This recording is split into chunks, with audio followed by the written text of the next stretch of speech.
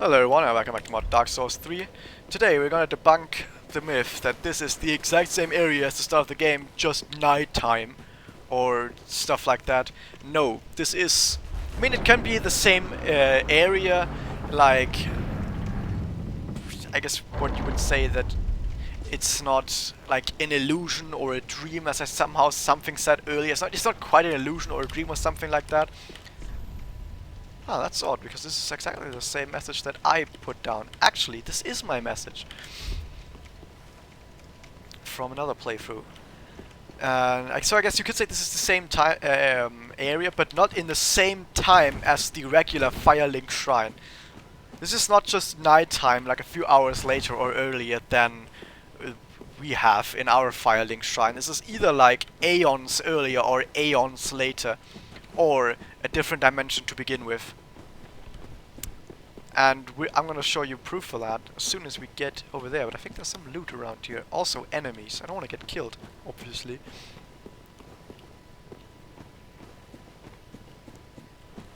Hey. Wasn't there loot? Oh yeah, there we go. There's enemies though.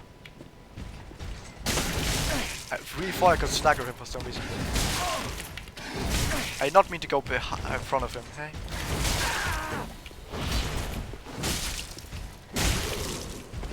Why did I roll?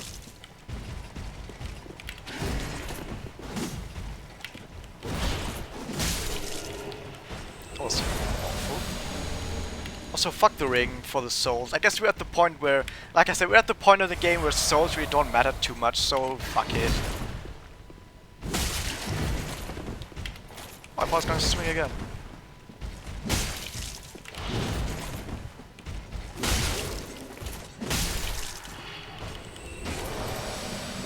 Also, item drops also don't matter really at this point in the game anymore, so I'm just gonna say fuck to all of those. And just play with rings that actually make me more powerful. In that case, against normal enemies I would actually use the sword ring instead. Don't really need that other one. There's another ring that I really want, but I think I didn't pick it up. Oh, this guy. He tries to knock you off the edge sometimes, I think because that would have maybe knocked me off the edge if I was in the right spot for it. This guy does not have hyper armor. You don't need Estus in this area, you can just go through it. Hornet ring, that's nice. Hey, something around here? No. Oh, you could probably do that. Actually, I never tried that jump. Let's try it. Simple. Is there even anything up here, or was that jump just completely pointless? That jump was completely pointless. Can't jump up here either. At least not like this, but okay. So I think we also have some more over here. Some more enemies. Oh, is he looking at me? I was gonna look downways. Why did it drop frames there?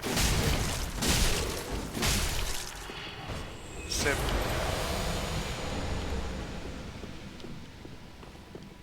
And I think there's one more over there or something? Somewhere around here? No? Chaos Blade. This is a really cool katana style weapon, which is powerful, but the thing is, I think if you attack with it, you take damage yourself. So there's gonna be really cheeky guys that just try and outlast you by just playing really defensively, and you kill yourself doing that, which is good and very fun. That's usually how I play against Chaos Blade guys, which is what I would say if I ever have played against one, but I never did. I think we can also go over here, but there's actually nothing around here, as far as I know. Time for Longfinger. By the way, these messages are still here from the other time, I guess you'd say, the time of Firelink Shrine. They are still here. It was that message where I was like, at the very start, when after the boss, when you open the doors, and I was like, oh, there's a message here. This is my message. I didn't put that message down in here. I put that message down in Firelink Shrine back like a few weeks ago when I started playing the game. But they're still here, which is also the thing, like, okay, maybe it's the same area geographically, but it's not the same area in a time sense. By the way, I can't. This jump is gonna be really fucking hard now, because I can't run right anymore without stopping my dash. Thanks, patch. Very nice patch you did there. Oh my fucking god. Anyway, what do we come here for? Huh. Coiled sword fragment. In short, this is just the feather from Dark Souls 2, which is just the infinite homeward bone. I guess is the main reason you come in. And this fucking hack. Well, fancy is that. still here. A lost lamb wandered. Well, thou shouldst. What can this? So I guess you would say is this area right here where I am now is Firelink Shrine, but aeons later, like maybe hundreds, thousands, some really long time later. Like the only thing that makes sense here. And you can buy the fucking Artorias set here. Isn't that great? As well as the Priestess Ring, which is cool. And some can repair powder that no one gives a shit about. Yeah, I don't really care about this set right now because it's too heavy. Sadly. Also, he's gone. The blacksmith hammer. Be wary of Saint, no. I think that's pretty much all there is in here. Illusory wall ahead. Oh yeah, but this is in the... No, I think this is in here actually. That's the big difference with this shrine. Eyes of a Firekeeper. If you want to get a very specific ending, you need the eyes of Firekeeper and then give them to the Firekeeper back in our Firelink Shrine. And that gives you one of the endings. But I'm not gonna get that ending because I want the other ending, the ending that is better. So yeah, but that was everything that was in here, so it's time to peace out and get back to Shrine. Now something else I wanted to talk about, I have kind of talked about it a little bit, but not quite in detail, is weapon timings and animation timings. And that's actually some really important stuff there. Now, before I start talking about that, I'm gonna get some levels maybe though. Champion Gundir. Ha! No, I don't give a shit. Well, I can give the eyes, but I don't really care. very well. Then taken. Actually, I think I want to give the eyes, because giving the eyes right here doesn't trigger the final that other ending. It's doing something at the very end that triggers that ending. But okay. So, more endurance doesn't actually do anything, because we're at the super fucking hard cap. That doesn't really do anything either. This doesn't do anything either, because we only have strength scaling, but strength doesn't do anything either anyway. So I think the best thing is to just do this, and then maybe at some point we can put on a better armor.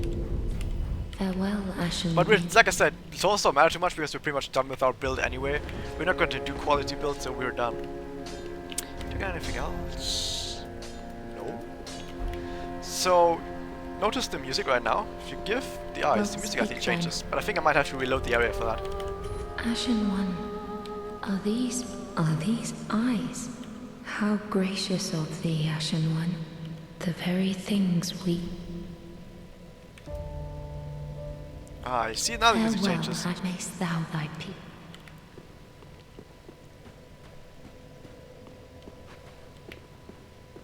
Yeah, music changed. Why don't I try and go up there? I don't have a boss zone. And this music is really cool. It's called Secret Betrayal. So now if we talk to her, she's gonna be like, do we? I think she says something about if I use these eyes, I can see a world without flames, and it's really dark and evil and stuff. And I can tell her, yeah, do that. Look at that world, and we're gonna try and make that world come true and something like that. I can do that. That's one of the endings. It doesn't trigger right then. You still have to do something at the very end of the game, but I think that's one of the requisites to get that ending. I don't think you have to tell her to do that, but I think you just at least have to get that bit of information after giving her the Firekeeper eyes. I'm not 100% sure on those. I'm never 100% sure on anything. So now we're done with all of that, and we can finally continue with that other area.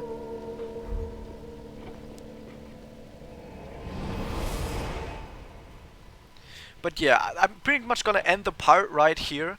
And but before I do that, I want to talk. Like I said, I wanted to talk about weapon timings and animation timings. So you know that. I guess I want to start differently. When you swing a weapon, there's two parts of timings. I'm not 100% sure what the official namings for those timings are. I'm just going to use the timings from another game I know. And Those two timings are the attack point and the backswing. Now I'm gonna try and demonstrate this a little bit here. Once this shit loads in, this Lothric Castle area loads for fucking ever in the loading screen, and once you're in, it loads forever as well. It's pretty ridiculous how much it actually fucking loads for this area. There's just so much in here. So the attack point is the time it takes for after you press the button to attack, which in my point is going to be a click. The time it takes for that from when the click happens and the animation starts to when the attack actually lands. So you see there's a delay from the attack starting and when the attack lands. That's the attack point. Let's say the attack point for this weapon is like 0.3 seconds. From after the animation starts to when it lands. Actually it's more like 0.5 seconds.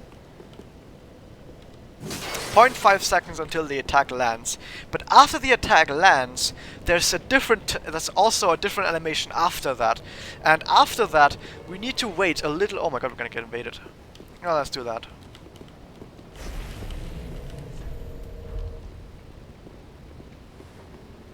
This guy doesn't do gestures, whatever.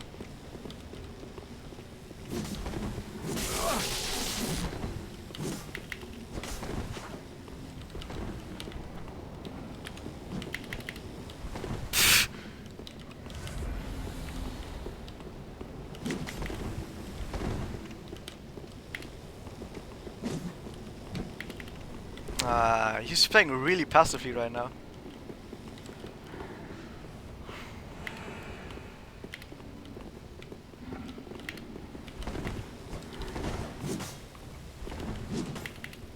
Ha, this is awkward.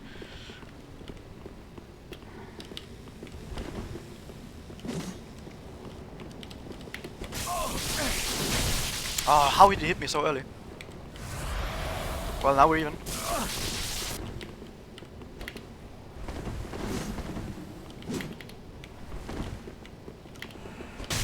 What? How did that hit me on the way back?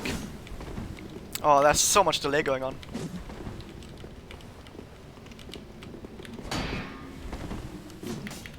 I got a half parry.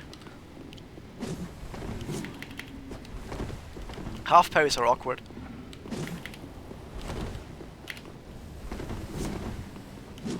Oh, I almost got him there.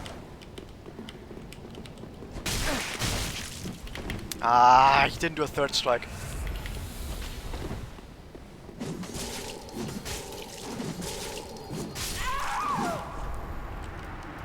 That was actually a really interesting duel. So, where were we? Oh, actually, I said something right there about half parry. You can get a half parry where you hit his weapon with your shield, but it wasn't quite a parry. You were either a little bit too late or too early. What happens is you don't take the full damage, you take reduced damage, and you get this clonk. But it's not a full parry, but you also don't take the full damage. It's like this half parry, where it's like half shielding or something like that. It's a really awkward. So where were we? Oh yeah, weapon timings. So the weapon timings are the attack point, like I said, time it takes for the attack to land.